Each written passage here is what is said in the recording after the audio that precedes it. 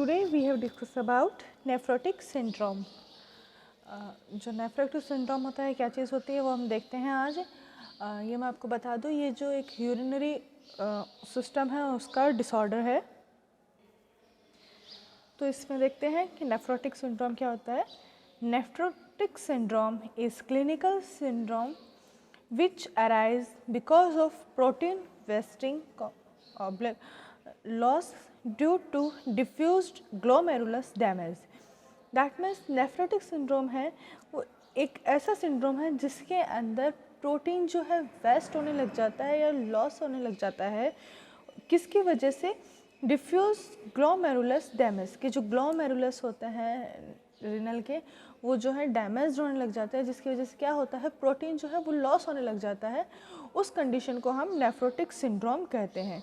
इसको सिंड्रोम किस वजह से कहते हैं? बिकॉज ऑफ इसके अंदर चार जो है करेक्टरिस्टिक्स मेन अपन को दिखाई देते हैं, यानी कि जो चार कंडीशन मेन है वो अराइज होती है।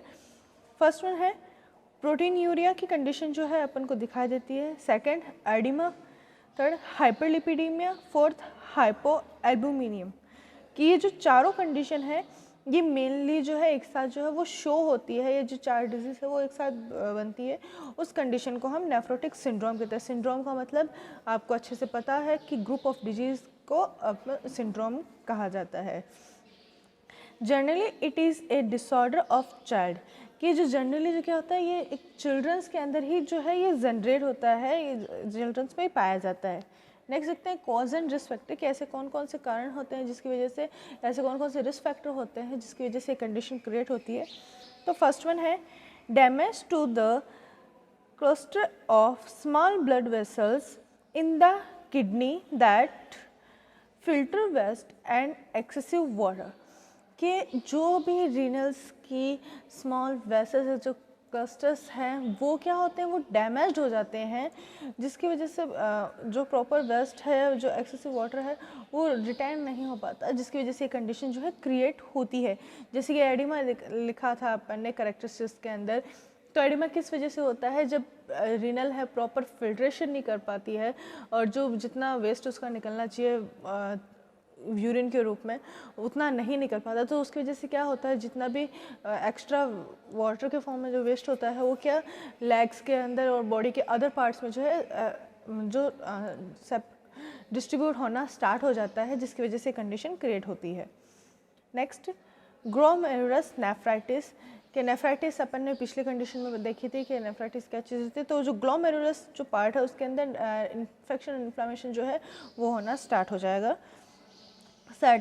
उसकी वजह से जो होती है वो कंडीशन नेफ्रोटिक सिंड्रोम क्रिएट होता है। Certain medication such as NSAIDs, कि जो एनसेड्स की वजह से जो होती है ये कंडीशन क्रिएट होने के चांसेस रहते हैं। Renal vein thrombosis.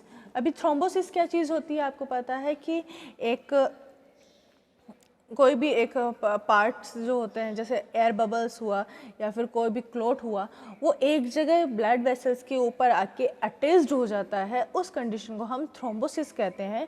तो रीनल वेन्स के अंदर थ्रोम्बोसिस की कंडीशन की वजह से ये कंडीशन क्रिएट होती है। हार्ट फेलियर की अगर पेशेंट को प्रॉब्लम हो।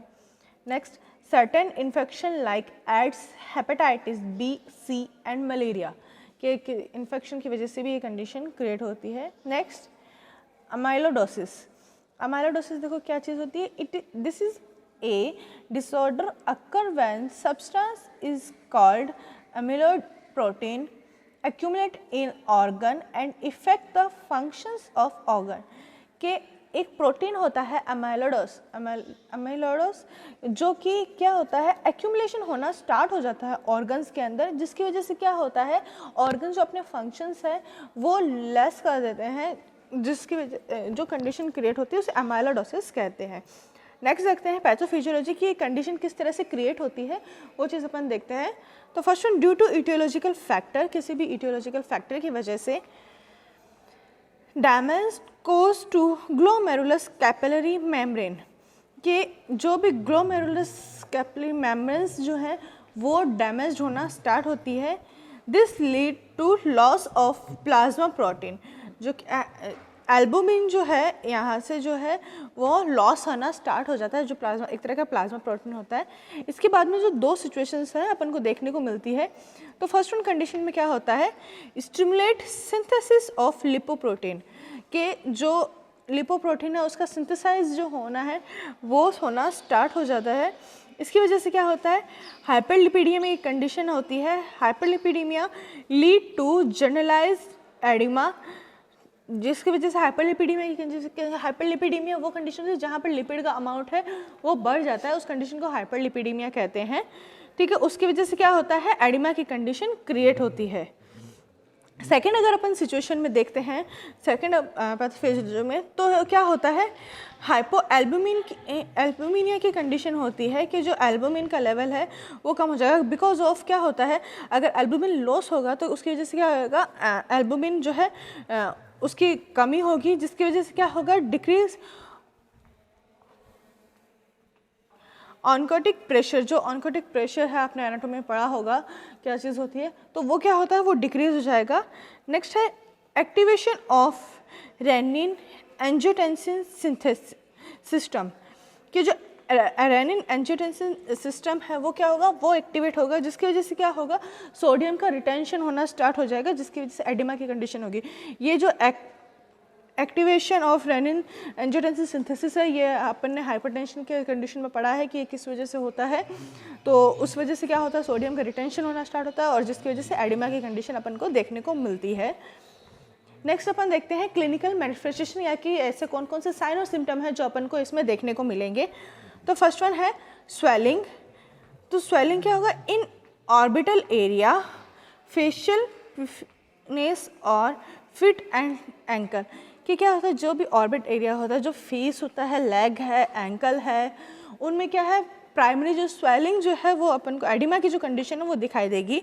नेक्स्ट वेट गेन, कि अगर एडिमा की कंडीशन हो रही है, वेस्ट अगर बाहर नहीं निकल रहा है तो उसकी वजह से क्या होगा, वेट गेन की कंडीशन होगी। फटीग रहेगा पर्सन को। ब्लड क्लॉट्स एंड इन्फेक्शन, कि अगर जैसे रिनल वेन थ्रोम्बोसिस की कंडीशन है तो उसकी वजह से क्या होगा, ब्लड क्लॉट भी होना स्टार्ट होगा पर्सन के अंदर और इन्फेक्शस जो कंडीशन है वो क्रिएट होगी।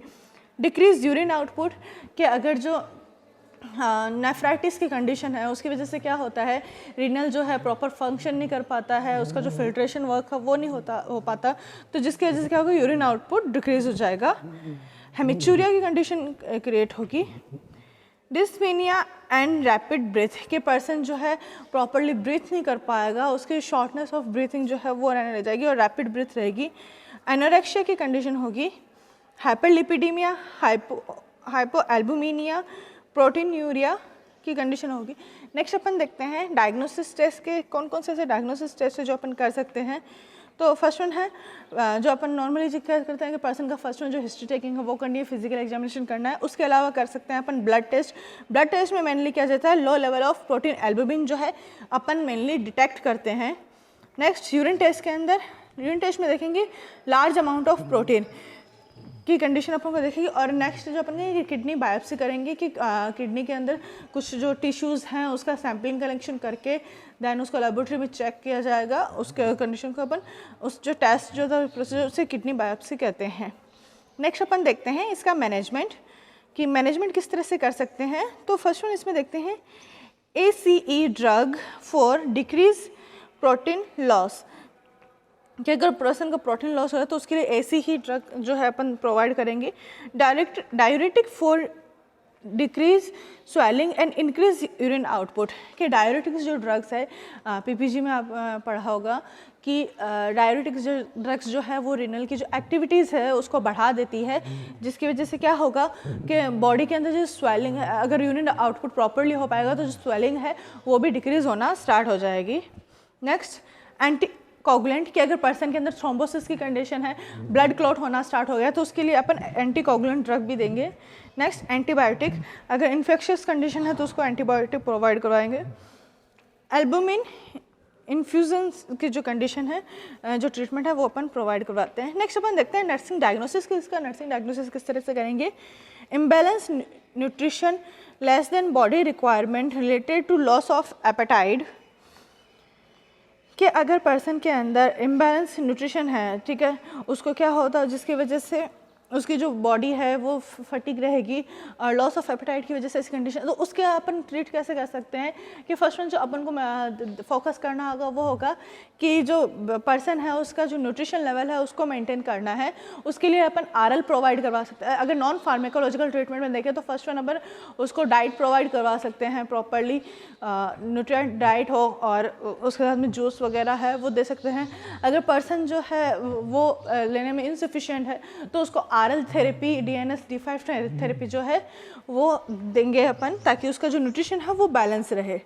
Next, risk for infection related to oedema, कि अगर एडिमा की कंडीशन है तो उसकी वजह से क्या होगा, रिस्क रहेगा इन्फेक्शन का। तो उसके लिए जो है फर्स्ट वन जो अपन उसको प्रॉपरली हाइजीन मेंटेन करने की एडवाइस देते हैं, ठीक है। उसका जो बेड वगैरह है, उसके जो इक्विपमेंट्स जो भी वो यूज़ लेता है उसको प्रॉपर क्लीन मेंटेन करेंगे।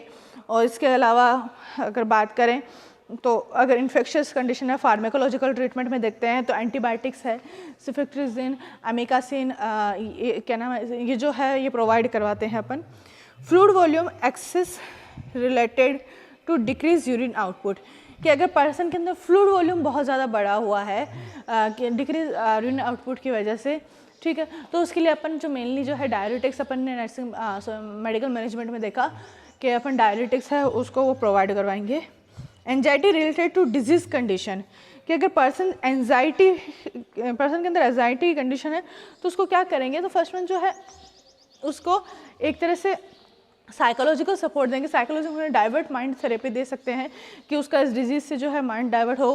कोई भी म्यूज़िक है, न्यूज़पेपर है या कॉमिक्स बुक्स है वो प्रोवाइड करवाएंगे उसको। अगर उससे प्रॉपरली अगर वो एंजाइटी रिलीफ नहीं होता है तो उसको प्रॉपर कंडीशन समझाएंगे कि उस पर्सन को ये कंडीशन है, इस वजह से हो सकती थी और इसके साइन सिम्टम ये आ रहे हैं, उसका डायग्नोसिस ये है और उसका मैनेजमेंट है कि उसको किस तरह से हम ट्रीट कर सकते हैं, वो कंडीशन अपन उसको समझा के देंगे।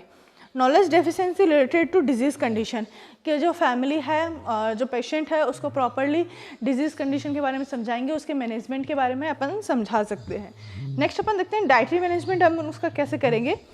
तो लो सोडियम डाइट उसको प्रोवाइड करेंगे, हाई कैलोरी डाइट प्रोवाइड करेंगे, हाई CHO डाइट है वो प्रोवाइड करवाएंगे एंड प्रोटीन रिच डाइट जो है हम उसको प्रोवाइड करवा सकते हैं। Thank you.